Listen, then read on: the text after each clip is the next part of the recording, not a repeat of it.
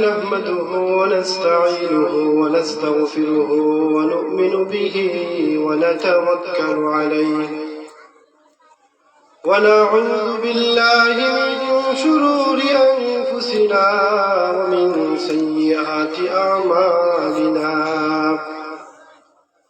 من يهده الله فلا مضل له ومن يضلله فلا هادي له ونشهد أن لا إله إلا الله وحده لا شريك له ونشهد أن سيدنا وسندنا وحبيبنا وحبيب ربنا وطبيبنا وطبيب قلوبنا وأولانا ومولانا محمدا عبده ورسوله الذي أرسل إلى الناس كافة بشيرا ونذيرا وداعيا إلى الله بإذنه وسراجا وقمرا منيرا أعوذ بالله من الشيطان الرجيم بسم الله الرحمن الرحيم ولتكن منكم أمة يدعون إلى الخير ويأمرون بالمعروف وينهون عن المنكر وأولئك هم المفلحون وقال رسول الله صلى الله عليه وسلم المرء معه محبة وقال رسول الله صلى الله عليه وسلم من رأى منكم منكرا فليغيره بيده فإن لم يستطع فبلسانه فإن لم يستطع فبقلبه وذلك أضعف الإيمان صلى الله على سيدنا ومولانا محمد وعلى آله وصحابه وسلم صلى الله على سيدنا ومولانا محمد وعلى آله وأصحابه وسلم أستغفر الله إن الله غفور رحيم أستغفر الله إن الله غفور رحيم أستغفر الله ربي من كل ذنب وأتوب إليه ولا حول ولا قوة إلا بالله العلي العظيم لا إله إلا الله محمد رسول الله لا إله إلا الله محمد رسول الله لا إله إلا الله محمد رسول الله صلى الله عليه وسلم আলহামদুলিল্লাহ জিন্নুরাইন ইসলামী যুব সমাজ কল্যাণ পরিষদ কুসবাড়ি নয়াবাড়ি কর্তৃক আয়োজিত আজকে এই বার্ষিক ইসলামী মহাসম্মেলনের দ্বিতীয় অধিবেশনে সভাপতির আসন অলঙ্কিত করে আছেন আমার উস্তাদুল আসাতিজা বিশেষ ইসলামী চিন্তাবিদ কবি ও দার্শনিক হযরত মাওলানা ইমামউদ্দিন সাহেব দামাত বরকাতুহু সহ সভাপতির আসন অলঙ্কিত করে আছেন মোল্লাফাড়া গ্রামের বিশিষ্ট মুরব্বী অত্যন্ত শ্রদ্ধাভাজন ব্যক্তিত্ব জনাব শামসুল মোল্লা সাহেব, উপস্থিত আছেন প্রাণপ্রিয় উলামায়ে কেরাম, যুবক ভাইরা, কচি কাছাড়া, পর্দার অন্তরালে শ্রবণরথা শ্রদ্ধেয়া মা বোনেরা, আল্লাহ পাক রব্বুল ইজ্জতের দরবারে সর্বপ্রথম শুকরিয়া আদায় করি, যেই মহান আল্লাহ পাক রব্বুল আলামিন আমাদেরকে আজকের এই বরকতময় মুহূর্তে, আজকে একটি দামি দিনে আল্লাহ পাক রব্বুল আলামিন আমাদেরকে জিন্নুরাইন ইসলামী যুব সমাজ কল্যাণ পরিষদের পক্ষ থেকে আমাদেরকে এই উপস্থাপনা উপহার দেওয়ার জন্য মহান আল্লাহ পাক রব্বুল আলামিনের শুকরিয়া আদায় করি, যেই মহান আল্লাহ পাক রব্বুল আলামিন আমাদেরকে দুনিয়ার ফিতনা ফাসাদ থেকে দূরে রেখে মহান আল্লাহ পাক রব্বুল আলামিনের গুণকীর্তন করার জন্য, তার একত্ববাদের বয়ান করার জন্য একটি মজলিস আমাদেরকে উপহার দিয়েছেন কিছু যুবক ভাইদের মাধ্যমে। মুসল্লিয়ানে কেরাম, অত্র গ্রামের মানুষ, অত্র এলাকার মানুষ ধন্য, যারা বেউসুলি কোনো কিছু না করে আল্লাহ পাক রব্বুল আলামিনের গুণগান যেই মাহফিলের মধ্যে হয়, রাসূল সাল্লাল্লাহু আলাইহি ওয়াসাল্লামের শান শৌকত, রাসূল সাল্লাল্লাহু আলাইহি ওয়াসাল্লামের সুন্নত অনুযায়ী সুন্নতকে নিয়ে যেই মাহফিলের মধ্যে আলোচনা করা হয়, আমরা এমন বরকতি মাহফিলের মধ্যে এসে পৌঁছেছি। আল্লাহ পাক রব্বুল আলামিন আমাদের উপর অবশ্যই আল্লাহ পাক রব্বুল আলামিন আমাদের উপর মেহেরবানি করেছেন, এজন্যই আমরা এই মুহূর্তের মধ্যে এসে পৌঁছতে পারছি। মুসল্লিয়ানে কেরাম, আমি পবিত্র কালামুল্লাহ শরীফ থেকে একখানা আয়াত, রাসূল সাল্লাল্লাহু আলাইহি ওয়াসাল্লামের হাদিসের ভান্ডার থেকে ছোট্ট দুইখানা হাদিস তেলাওয়াত করেছি। আমার সামনে, আমি যার সামনে বসে কথা বলতেছি, আসলে সেই সাহসটুকু আমার এখনো অর্জিত হয় নাই যে উস্তাদ মুহতারামের কাছে বসে কথা বলার। তবুও হুজুরের দোয়া নিয়ে আদেশ পালনার্থে কর্তৃপক্ষ এবং হুজুরের আদেশ পালনার্থে আমি এই চেয়ারের মধ্যে বসেছি। আমি চেষ্টা করব আল্লাহ পাক রব্বুল আলামিন যেন আমাকে এই আয়াত এবং হাদিসগুলাকে সামনে রেখে দু চারটি কথা বলার আল্লাহ পাক রব্বুল আলামিন যেন সেই তৌফিক আমাকে দান করেন। ওমা তৌফিকি ইল্লা বিল্লাহ আলাইহি তাওয়াক্কালতু ওয়া ইলাইহি উনীব। মুসল্লিয়ানে কেরাম, সর্বপ্রথম একটি কথা বলতে হয় যে আমাদের সমাজের মধ্যে এখন কত ধরনের অনুষ্ঠান হয়, আয়োজন হয়, কিন্তু এই মাহফিল গুলা হচ্ছে ভিন্ন। যেই মাহফিল গুলার মধ্যে মানুষ আসলে নেকি হয়, সওয়াব হয়, দুনিয়াবি অনেক ফায়দা হয়, আখিরাতের অনেক ফায়দা হয়। যেই মানুষ এই মাহফিলের মধ্যে আসবে ওয়াজ শোনার জন্য, উলামায়ে কেরাম থেকে ওয়াজ শ্রবণ করার জন্য, ওই নিয়ত করে যেই সমস্ত মানুষ মাহফিলের মধ্যে আসে, ওই সমস্ত মানুষের অনেক ফায়দা হয়। দুনিয়াবি অনেক জিনিস, অনেক আহকাম আর কানগুলা জানতো না, এই ওয়াজ মাহফিলের মধ্য দিয়ে উলামায়ে কেরামের মুখ থেকে মূল্যবান কথাগুলা তারা এই মাহফিলের মধ্য দিয়ে শ্রবণ করে।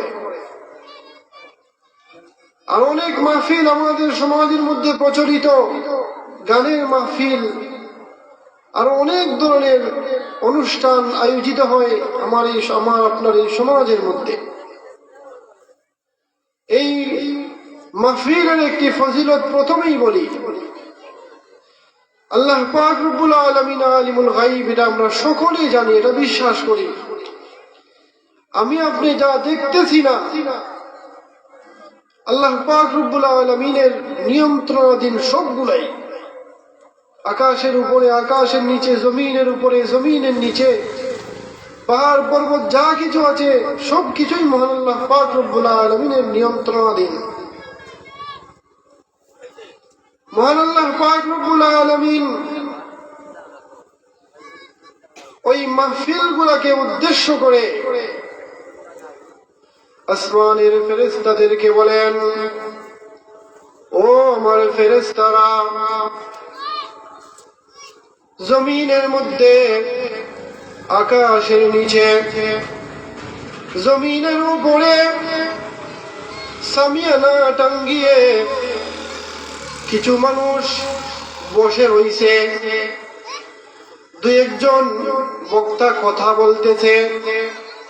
ও আমার ফেরেশতারা, আমি আপনাদের কাছ থেকে জানতে চাই, ওই সমস্ত মানুষেরা ওই সামিয়ানার নিচে বসে কি করে, আর বক্তা যে কি বক্তৃতা দান করেন, এটা আমি আপনাদের কাছ থেকে জানতে চাই।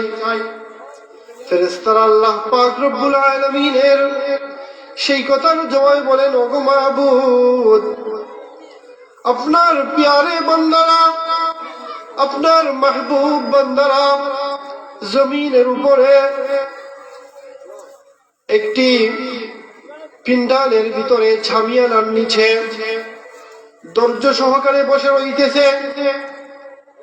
তারা একজন বক্তা আল্লাহ পাক রব্বুল আলামিনের, আপনি আল্লাহর গুণকীর্তন করতেছে, আর তারা শ্রবণ করতেছে এবং ওই কথা অনুযায়ী আমল করতেছে। আল্লাহ পাক রব্বুল আলামিন ফেরেশতাদেরকে সাক্ষ্য রেখে বলেন, ও আমার ফেরেশতারা, তোমরা সাক্ষী থাকো, আমি তোমাদেরকে সাক্ষ্য রেখে বললাম, ওই সমস্ত মানুষদেরকে আমি আল্লাহ পাক রব্বুল আলামিন মাফ করে দিলাম। সুবহানাল্লাহ। আসুন, এই সামিয়ানার নিচে এসে বসুন, এতে রহমত পাবেন। যদি আপনি এর থেকে কিছু নাও নিয়ে যেতে পারেন, অন্তত যতক্ষণ পর্যন্ত এই মাহফিলের মধ্যে বসবেন, উলামায়ে কেরামের চোখের সামনে বসবেন, ততক্ষণ পর্যন্ত যদিও তুমি কোনো কিছু নিয়ে নাও যেতে পারো, তবুও তুমি কোনো গুনার ভাগী হবে না, গুনার ভাগীদার হবে না, এটা অন্তত বিশ্বাস রাখতে পারো। মুসল্লিয়ানে কেরাম, আসুন, এখন সমাজের মধ্যে দেখা যায় অনেক বৃদ্ধ বাবারা এখনো জমিনের মধ্যে হাঁটাচলা করতেছে, অথচ ওই বৃদ্ধ বাবার ছোট সন্তান, মেজ সন্তান, বড় সন্তান এই দুনিয়া থেকে বিদায় নিতেছে। এই ভাই, মানুষ দুনিয়াতে জন্ম নেওয়ার সিরিয়াল আছে, কিন্তু মৃত্যুর কোনো সিরিয়াল নাই। মৃত্যু কোন সময় কখন আসে এটা কেউ বলতে পারে না। এজন্যই সদাই সর্বদাই মৌতের জন্য প্রস্তুত থাকতে হবে, সবসময় মৌতের জন্য প্রস্তুতি গ্রহণ করে রাখতে হবে, যাতে করে যখনই আমার আপনার মরণ হয়, মৌত হয়, আমার আপনার কোনো চিন্তা নাই। কেননা আমার মৌতের প্রস্তুতি আছে। আমি আল্লাহ পাক রব্বুল আলামিনের দরবারে আমার ঈমান নামক দৌলত নিয়ে যেতে পারবো, এটা আমার আত্মবিশ্বাস আছে। সেই আত্মবিশ্বাস নিয়ে আপনি দুনিয়ার মধ্যে চলতে হবে। এজন্যই আল্লাহ পাক রব্বুল আলামিনের ইবাদত বন্দেগীর মধ্যে আপনার সদাই সর্বদাই সব সময়টুকু কাটাতে হবে। আমি যেই সময় আমার ভালো লাগলো এই সময় আল্লাহর ইবাদত বন্দেগী করলাম, যেই সময় ভালো লাগলো না এই সময় করলাম না, এরকম করলে আমরা ফায়দা নিতে পারবো না। আর দুনিয়া মাজরাতুল আখিরা, এই দুনিয়াই হচ্ছে আখিরাতের ক্ষেত্র স্বরূপ। এই দুনিয়ার মধ্যে যদি আমরা আখিরাতের সামান জোগাড় করতে না পারি, তাহলে আমাদের এই জীবন হবে ব্যর্থ জীবন। অথচ আল্লাহ পাক রব্বুল আলামিন বলেন, আমি তোমাদেরকে এই দুনিয়ার মধ্যে পাঠাইছি যাতে করে তোমরা সৎ কাজের আদেশ প্রদান করো এবং অসৎ কাজ হইতে বিরত থাকো। আল্লাহ পাক রব্বুল আলামিন আমাদেরকে সৃষ্টি করার একটাই উদ্দেশ্য ছিল যে আমি আপনি সবাই আল্লাহ পাক রব্বুল আলামিনের গোলামির মধ্যে আমাদের জীবন কাটাইব। এটাই আল্লাহ পাক রব্বুল আলামিনের মুখ্য উদ্দেশ্য ছিল। অথচ আজ আমরা দুনিয়ার পিছে দৌড়াইতেছি, দুনিয়ার পিছে দৌড়াইতেছি। আমরা 24 ঘন্টা সময়ের কয় ঘন্টা আমরা আল্লাহর রাস্তায় ব্যয় করি? কতক্ষণ আমি সৎ কাজের আদেশ প্রদান করি, অসৎ কাজ থেকে বিরত থাকি, মানুষদেরকেও বিরত রাখি। এটা যখন আপনি আপনার মন থেকে প্রশ্ন করবেন, তখনই আপনার মন আপনাকে বলে দেবে। অথচ আল্লাহ পাক রব্বুল আলামিন বলেন, তোমাদেরকে আমি আল্লাহ পাক রব্বুল আলামিন এই জমিনের মধ্যে পাঠাইছি যাতে করে তোমরা সৎ কাজের আদেশ প্রদান করো, এবং যারা এই সৎ কাজের আদেশ প্রদান করবে, অসৎ কাজ থেকে বিরত থাকবে, তারাই সফল কাম হবে। আমরা দুনিয়ার মধ্যে আজ হাই দুনিয়া বলেই আমরা বেড়াই। আমার সামনে অনেক পাপাচার হয়, আমি সেটার ভ্রুক্ষেপও করি না, আমি সেটার দিকে কর্ণপাতও করি না। অথচ আমার সামনে একজন অন্যায় বিচার করতেছে। অথচ আল্লাহর রাসূলের হাদিসের ভাষায় যদি আমি সেটা মুখের কথার দ্বারা যদি প্রতিহত করতে না পারি, হাত যদি প্রয়োগ করতে পারি, হাতকে প্রয়োগ করব, শক্তি প্রয়োগ করব, যদি তাও না পারি, একেবারে সব পর্যায়ে যদি আমি ব্যর্থ হয়ে যাই, তখন আমি অন্তর দ্বারা ওই খারাপ জিনিসকে ঘৃণা করতে হবে। এখন কথা হলো, প্রথমে আমি প্রতিবাদ করতে হবে যে আমাদের সমাজের মধ্যে খারাপই চলবে না, আমাদের সমাজের মধ্যে ঘুষ চলবে না, সুদ চলবে না, জিনা ব্যভিচার চলবে না, মদ, ইয়াবা, ফেন্সিডিল, বাবা, এই সমস্ত ব্যবসা চলবে না, ওই সমস্ত আড্ডা চলবে না। আমাদেরকে প্রতিবাদী হতে হবে। যদি আমার সেই শক্তি সামর্থ্য না থাকে, তাহলে আমি ওই সমস্ত লোকদেরকে, ওই সমস্ত পাপাচার গুলাকে ঘৃণা করতে হবে। ওই সমস্ত পাপাচারের ধারে কাছেও যাওয়া যাবে না। এই দুনিয়ার মধ্যে আপনি যা করে যাবেন, এগুলাই আপনার পুঁজি হবে। فمن يعمل مثقال ذرة خيرا يره ومن يعمل مثقال ذرة شرا يره। আপনি দুনিয়ার মধ্যে তিল থেকে তিল পরিমাণ ভালো কাজ করে যাবেন, ওই ভালো কাজের ফায়দা আপনি পাবেন। যদিও সেই ভালো কাজটা তিল পরিমাণ, সামান্য পরিমাণ, তবুও আপনি ফায়দাটা পাবেন, বদলা পাবেন, নেকি পাবেন, সওয়াব পাবেন। অপর পক্ষে যদি ওই জাররা থেকে জাররা পরিমাণ খারাপ কাজও করি, ওইটারও কিন্তু হিসাব দিতে হবে। ওইটা কিন্তু এমনিতেই মাফ হবে না। আমি দুনিয়ার মধ্যে চলবো, আল্লাহর হুকুম মোতাবেক চলবো, রাসূল সাল্লাল্লাহু আলাইহি ওয়াসাল্লামের তরিকা অনুযায়ী চলবো। আল্লাহ পাক রব্বুল আলামিন আমাকে যতদিন পর্যন্ত হায়াতের জিন্দেগি রাখছেন, জানি না কোন দিন আমি মরে যাব, আমার মওত কোন দিন এসে যাবে সেটা আমি বলতে পারি না, আপনিও বলতে পারেন না, কেউ বলতে পারে না। কিন্তু মওতের আগ পর্যন্ত, এখন পর্যন্ত আপনার হায়াতের জিন্দেগি আছে,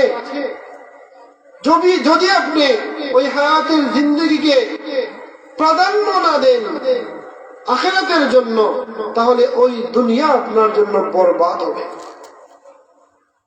আপনি দুনিয়ার মধ্যে ভালো মানুষের সাথে চলুন, ভালো মানুষের সাথে চললে আপনি ভালো হবেন, ভালো পথ খুঁজে পাবেন। এজন্যই কই বলেছেন, সুহবতে সালেহ তুরা সালেহ কুনাদ, সুহবতে তালেহ তুরা তালেহ কুনাদ। আপনি ভালো বন্ধুর সাথে চলুন, ভালো মানুষের সাথে চলুন, আপনি ভালো কিছু শিখতে পারবেন, ভালো হতে পারবেন। আপনি যদি মন্দ লোকের সাথে চলেন, মন্দ লোককে আপনার বন্ধু ভাবেন, তাহলে আপনিও সেই মন্দ কাজের মধ্যে পড়ে যাবেন।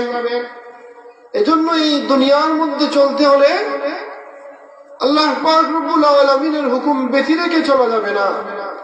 রাসূল সাল্লাল্লাহু আলাইহি ওয়াসাল্লামের তরিকা অনুযায়ী চলতে হবে।